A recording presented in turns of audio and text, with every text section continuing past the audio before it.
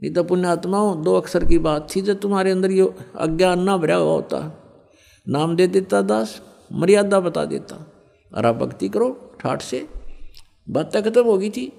लेकिन आप भक्ति कर नहीं सकते जब तक आपके हरदम ये ठोक ठोक कर नहीं भर दिया जाएगा कि सचमुच ये भगवान है और ये साधनाएं है, प्रमाणित है सदग्रंथों में, इससे मोक्ष होगा ना। फिर क्यों डले डोए, क्या फायदा रीस करने का भक्ति का।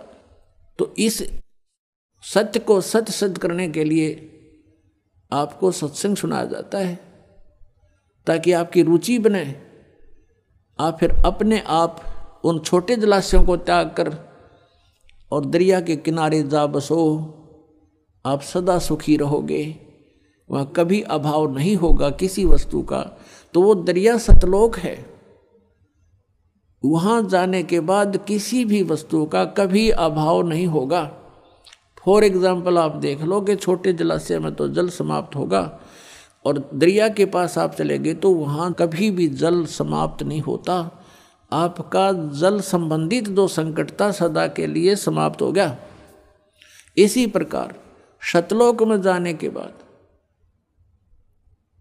आपकी ना तो मृत्यु होए ना बुढ़ापा, ऐसा ही शरीर ऐसा ही होगा। हमारे भगवान भी अपने जैसे हमरे ही होनहार हैं, हमारे सृजनहार हैं। जिन महापुरुषों ने परमात्मा को देखा, उनमें से जिनको परमात्मा मिले, जिनको आकर मिलते हैं, उनमें से आदरणीय गरीबदास साहिब जी हैं, गांव छुड़ानी, जिला दज्जर, हरियाणा वाले। उन्होंने आंखों देखा भगवान को, कहते हमने देखा सो साच है और सकल प्रपंच।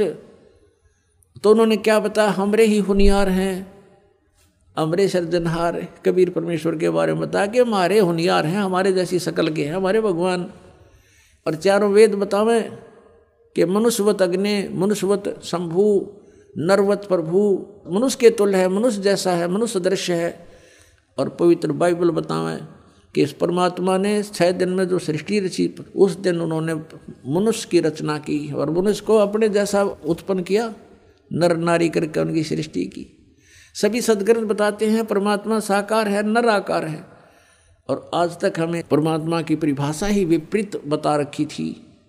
जो भगवान नहीं थे, समर्थ नहीं थे, उनको समर्थ बता रखा था, परमात्मा को निराकार बता रखा है। और कुछ ये संत पंथ हैं जो सतलोक और सचखंड की महिमा गाते हैं, ये बताते हैं सतलोक में तो प्रकाश ही प्रकाश है, वहाँ तो नूर ही नूर है।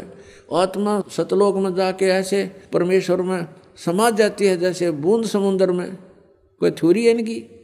फिर क्यों डले डो रहे हो? जब वहाँ डूब के मरना है, समुद्र में गिरना और उसमें मिल जाना, तो अपनी मौत मोल लेनी है। तो हमारी क्या इच्छा बढ़ेगी, चलो कोई कहे चलो मोक्ष होगा, समुद्र में डांक मारो, कोई बात हुई है? तो सतलोक में सृष्टि है, ऐसी ही सृष्टि है। सब बाग बगीचे, सब फल फ्रूट सदाबहार हैं, लेकिन वो बहुत सुंदर और बहुत स्वादिष्ट। वो कभी वहाँ पतझड़ नहीं आती, कभी गर्मी नहीं होती, ना सर्दी होती, बसंत जैसा मौसम रहता है। और कोई भी वहाँ वर्द नहीं होता, सदा युवा रहते हैं। वो ऐसा शरीर है, उसमें राग द्वेष नहीं होता। वहाँ ऐसी व्यवस्था है कि वहाँ किसी प्रकार का भी कोई बंटवारा नहीं है। और सभ्य लोग हैं, हंस व्यक्ति हैं, वहाँ पर हंस आत्मा है, वो एक दूसरे को दुखी नहीं कर सकते, भगवान से डरने वाले हैं। और सबको कोई अभाव ही नहीं है। जैसे आप यहाँ आ रहे हो, एक रिहर्सल आपके लिए कि ऐसा है वो सतलोक। ये तो पृथ्वी लोक के ऊपर एक हम चाहते हुए भी पूरा सुविधा नहीं बना पा रहे हैं, लेकिन ऐसा है जैसे ये बरवाला आश्रम है, आप इसमें आ गए हो, आप परमात्मा के बच्चे हो, ये दास नौकर है उस परम पिता का। और आपके लिए उसने जो भी हमें दिया है, उसके लिए हम आपकी हर सुविधा का ख्याल रखते हैं, ध्यान रखते हैं कि परमात्मा के बच्चों को कोई दिक्कत ना हो। तो यहाँ आपको बिछे बिछाए मैट मिल रहे, बना बनाया भोजन, सर्दी है रजाई तैयार करवा रखी। तो यहाँ आने के बाद अगर आप फिर भी कोई किसी बात पर बकवाद करते हो, तो यहाँ ऐसे क्यों बैठ गया, तूने ऐसा क्यों कर दिया, तो वहाँ से ऐसे उठा लाया, तो इस तरह की तो ये तुम्हारी अपनी नेचर है, जो तुम कहीं भी जालो उड़ाइए बकवाद करोगे ही करोगे। नहीं तो यहाँ कोई आपस में द्वेष करने का गुंजाइश नहीं है। एक जैसा सबको आहार मिलता है, एक जैसा बिछौना मिलता है। और फिर भी कोई कहता है वो फिर बकवाद अपनी है, मान ले आप अपना बेड लगा रखे है, आपका बिस्तर है, और किसी का अनजान अपने में पैर भी टिक गया तो एक तन्यों कहे प्राण मर ले, तने क्या कर दिया, एक नो कहे भाई ध्यान से ध्यान करियो, देख थोड़े गंदे पैर थे, मेरा कप खराब हो गया, और वो भी नो कह दी गलती होगी। तो यहाँ एक तो ये तो हंस आत्मा होती हैं जो थोड़े बहुत कष्ट को भी सहन कर लें, दूसरे ने दुखी ना करें। तो जो सतलोक जाएंगे उनके अंदर ये नेचर पहले बनाया जाता है कि वो छोटी छोटी बातों में बकवाद करना छोड़ दें, एक दूसरे से प्यार रखें, एक दूसरे के दुख में दुखी हों। तो वही आत्मा वहाँ पहुँच पाती है। जिनमें राग द्वेष है, एटबट की बकवाद भरी है, वो वहाँ कैसे जाएगा? वहाँ तो हंस आत्माएँ हैं, और फिर वो शरीर दूसरा होता है। यहाँ तो ऐसा है जैसे अच्छी आत्मा है कोई, और बहुत ही अच्छी नम्र आत्मा है, कभी कभी बीपी हाई हो जाए, वो भी गलत बोल जाता है तो कर्म बिगड़ गए उसके। तो वहाँ ऐसा नहीं है, वहाँ शरीर बिल्कुल ऐसा है कि उसमें कोई भी किसी प्रकार का पुर्जा कभी डिफेक्टिव नहीं होता, और तेज पुंज से बना शरीर है, या तो 5 तत्वों से बना है, वह केवल एक प्रकाश तत्व से बना हुआ शरीर है। अपना आत्मा हमारे समझ में नहीं आती, क्योंकि हम परमात्मा की परिभाषा से बिल्कुल अपरिचित हैं। इब जैसे ये शरीर आपका जो कितना सुंदर है, और इस 5 तत्वों से बना है। ये 5 तत्व कौन कौन से हैं? मिट्टी, जल, वायु, अग्नि और आकाश। इसमें कितना दिखाई दे आपको? नहीं दिखता। और किस तरह उसी पदार्थ को किस तरह घुमा फिरा के शरीर बनवाया मालिक ने, उसका किस तरह उन सब को एकत्रित करके और किस तरह फैक्ट्री में डालकर कैसे बनवा दिया। माता पिता का सहयोग किया, उन्होंने खाना खाया, 5 तत्वों का है सारा बना हुआ, उससे फिर क्या मटेरियल बनाया और उससे फिर शरीर बनवा दिया। ऐसे ही वहाँ जाने के बाद जो शरीर वहाँ मिलेगा वो शुक्रम कायम है सनाविरम, और ऐसा ही भगवान का है शुक्रम कायम।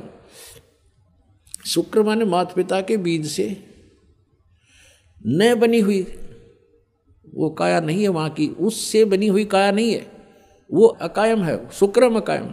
ऐसा नावीरम, उसमें नाड़ी नूड़ी नहीं है, नाड़ी नहीं है तो ब्लड प्रेशर आप पे ना हो। तो वहाँ हर तरह की सुविधा सुख है।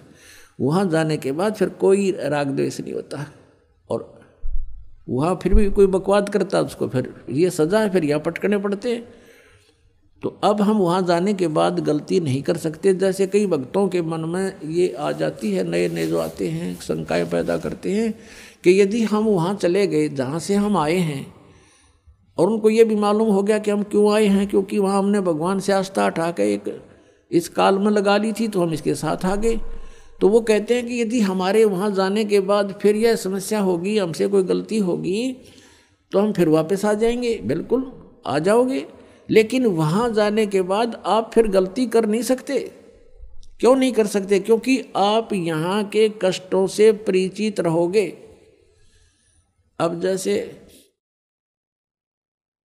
कोई व्यक्ति जा रहा है रास्ते में, और आगे उसने देखा कि उस रास्ते में तो बहुत भयंकर गड्ढे हैं, जंगल है, वन है, और वहाँ चोर उचक्के लोग रहते हैं, सभ्य व्यक्ति नहीं है, और किसी कारण से गलती से उस रास्ते कभी चला गया, उसने वो भी कष्ट उठाने पड़े, वो गड्ढों में से भी गाड़ी निकाली, आगे चोर उचक्के मिल गए, उनको पीटा भी, उनका धन भी लूट लिया, सभ्य व्यवहार भी नहीं किया।